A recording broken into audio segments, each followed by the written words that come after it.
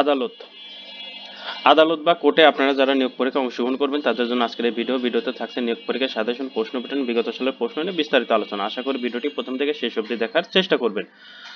তার আগে একটি কথা বলে রাখি, স্বল্প সময়ে ভালো একটা প্রস্তুতি নিতে চাইলে জেলা জজ আদালত জব রিভিউ এই বইটি পিডিএফ আমাদের কাছ থেকে সংগ্রহ করে নিতে পারেন। পিডিএফ মূল্য মাত্র 40 টাকা। যারা নিতে চান এটা স্ক্রিনশট দিয়ে এই নাম্বারে হোয়াটসঅ্যাপের মাধ্যমে যোগাযোগ করেন। এটার স্ক্রিনশট হোয়াটসঅ্যাপে পাঠিয়ে দেন, আপনাদের পিডিএফ পাঠিয়ে দেওয়া হবে। আর আপনাদের প্রশ্ন দেখতেই পাচ্ছেন, ঠিক এমন প্যাটার্নে প্রশ্ন আসবে। 1 ঘন্টা সময় দেওয়া হবে, 70 মার্কের পরীক্ষা হবে। অবশ্যই প্রত্যেকটা প্রশ্ন আপনারা টাইম অনুযায়ী লিখে আসবেন, কোনো প্রশ্নই যেন ফেলে আসবেন না। ধীরে সুস্থে ভালো করে দেখে শুনে ডিট দিয়ে ভালো করে লিখবেন। যেমন এখানে বলা হয়েছে যে নিম্নে প্রশ্নগুলো উত্তর লিখুন। এই যে শর্ট প্রশ্ন, এইগুলো আগে লিখবেন, এক কথায় উত্তর করা যায়, এইগুলো বেশি গুরুত্ব দিবেন। আর যেগুলো এই যে লং প্রশ্ন, এগুলো একটু গুরুত্ব কম দিবেন। এবং যদি 10 মার্কে থাকে তাহলে 1.5 থেকে 2 পেজের বেশি লেখার দরকার নেই। অনেকে আছে 10 মার্ক মানে 15-20 পেজ লিখতে হবে। পরীক্ষার খাতায় কিন্তু অনেক সময় আছে এক্সট্রা খাতা দেবে না। এক্সট্রা খাতা না দিলে তখন কিন্তু আপনি এই শর্ট প্রশ্নগুলো অ্যান্সার করে আসতে পারবেন না। এই জন্য আগে শর্ট প্রশ্ন, গণিত, সাধারণ জ্ঞান এই টপিকগুলো আগে লিখবেন। তারপরে এসে এই রচনামূলক যে প্রশ্নগুলো আছে এগুলো লেখার চেষ্টা করবেন। আপনাদের কোন কোন টপিকস পড়ে গেলে 100% প্রশ্ন কমন পাবেন? আপনাদের সন্ধি, বিপরীত শব্দ, সমাস, একতা, প্রয়াস, বানান, বাগধারা, সমার্থক শব্দ, কারক, সাহিত্য, অনুচ্ছেদ, আবেদনপত্র, ভাব সম্প্রসারণ, এই টপিকগুলো বাংলার জন্য পড়বেন। ইংরেজির জন্য idiom, phrase, voice, gender, number, narration, changing sentence, translation, preposition, article, right form of verb, paragraph, application, এই টপিকগুলো শুধু ইংরেজির জন্য পড়ে যাবেন। গণিতের জন্য শতকরা, লাভ ক্ষতি, ঐকিক নিয়ম, সুদ কষা, অনুপাত, গড়, চৌবাচ্চা, স্রোত বিষয়ক গণিতগুলা, এবং যেগুলা বীজগণিতে নবম দশম শ্রেণীর যে গণিতগুলো আছে ওইটা পড়লেই হবে। অর্থাৎ এক কথা নবম দশম শ্রেণী এবং ক্লাস 8-এর এই দুইটা গণিত বই যদি শেষ করে দিতে পারেন 100% গণিত আপনি কমন পাবেন। আর সাধারণ জ্ঞানের ক্ষেত্রে আপনার নিজের জেলা সম্পর্কে হয়তো 2-1 মার্ক থাকবে। আর সাম্প্রতিক বিষয় বলে একটু ভালো করে দেখে গেলে ইনশাল্লাহ ভালো করতে পারবেন।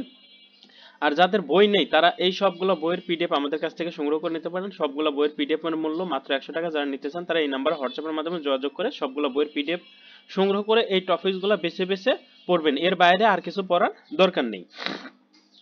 আর বিগত সালের প্রশ্ন আছে কিনা অনেকেরই প্রশ্ন থাকে। বিগত সালের প্রশ্ন আপনাদের এই পিডিএফ এর মধ্যে যথেষ্ট পরিমাণ দেওয়া আছে। বিগত সালের প্রশ্ন থেকে যে হুবহু প্রশ্ন কমন পাবেন এমন নিশ্চয়তা দেওয়া যায় না। হয়তো বিগত সালের প্রশ্ন দেখে আপনি একটা ধারণা পাবেন যে প্রশ্নটা কেমন আসে। যেমন এটা একটা বিগত সালের প্রশ্ন, আপনি দেখে ধারণা পাচ্ছেন যে এরকম প্রশ্ন আসবে, আমাকে এইভাবে সময় দেওয়া হবে, আর কোনটা কত মার্ক থাকবে, এটা কিন্তু একটা ধারণা পাবেন। এর বাইরে কিছুই না। আর গণিতের ক্ষেত্রে একটা কথা বলি যে গণিত অনেকেই আছেন শুধু উত্তর করে দিয়ে আসেন, এক্ষেত্রে কিন্তু আপনি 0 মার্ক পাবেন। আপনাকে কি করতে হবে, এইভাবে ডিটেলস গণিত করতে হবে। ডিটেলস গণিত করে তারপরে অ্যান্সার করে আসবেন। যেমন আমরা এসএসসি পরীক্ষাতে টোটাল গণিতটা করছি, ডিটেলস গণিত করার পরে নিচে গিয়ে অ্যান্সার করছি, ঠিক এইভাবেই করে আসবেন। আর অবশ্যই সময়ের মূল্য দিবেন, কারণ আপনাকে 70 মার্কের পরীক্ষা দিতে হবে 1 ঘন্টার মধ্যে। অতএব এই যে যে সাধারণ জ্ঞানগুলো আছে এগুলা লিখতে সর্বোচ্চ সর্বোচ্চ একটা প্রশ্ন উত্তর করতে আপনার এই যে যেমন সাধারণ জ্ঞান 7 নম্বরের সাধারণ জ্ঞান ক দিবেন, তারপর উত্তর লিখে সংবিধান এক কথায় উত্তর করুন। যেমন বাংলাদেশের জারিকারক শব্দটির ইংরেজি কি, এক কথায় উত্তর করতে হবে। 7 নম্বর ঘ উত্তর ইউজার। এই রকম শর্টকাট অ্যান্সার করার চিন্তা করবেন। ডিটেলস লিখতে যাবেন না, ডিটেলস লিখলে আপনি খাতায় মানে প্রশ্নের অ্যান্সার করে সময় পাবেন না। এই যে দেখতে পাচ্ছেন যে অ্যান্সার করা আছে, এইভাবে দেখে দেখে সুন্দর করে আপনারা শর্টভাবে যত তাড়াতাড়ি পারেন, যেগুলো দেখবেন যে এক কথায় উত্তর করা যাচ্ছে 2-1 কথাতে, সেগুলো প্রথম দিকে আগে লিখবেন। আর যেগুলো দেখবেন যে রচনামূলক বা একটু বেশি 8-10 পেজ লিখতে মানে 8-10টা সেন্টেন্স লিখতে হচ্ছে বা বাক্য লিখতে হচ্ছে, এইগুলো একটু পরে করবেন। আর সবার আগে একটা কথা বলি যে আপনারা গণিতটা সর্বপ্রথমে করবেন। যদি 4টা গণিত থাকে, এই 4টা গণিত যদি আপনি ভালোভাবে করতে পারেন ফুল মার্কস পাবেন। এরপরে শর্ট প্রশ্নগুলো অ্যান্সার করবেন। তারপরে যদি বড় প্রশ্ন থাকে লাস্টে গিয়ে বড় প্রশ্নগুলো অ্যান্সার করবেন। আর যেগুলো পারবেনই না, একদমই পারবেন না, সেগুলো একবারে শেষে গিয়ে চেষ্টা করবেন। যে করে হোক চেষ্টা করে আসবেন, কারণ এটা কিন্তু রিটেন পরীক্ষা। যেমন অনেকেই ট্রান্সলেশনে দুর্বল আছেন, এগুলো শেষের দিকে নিজের মন মতন করে চলে আসবেন। যদি হয় হলো, না হয় না হলো, কিন্তু যদি হয় তাহলে কিন্তু মার্ক এগিয়ে আসবে। আর যদি না হয় মার্ক কিন্তু এখানে কাটা যাবে না।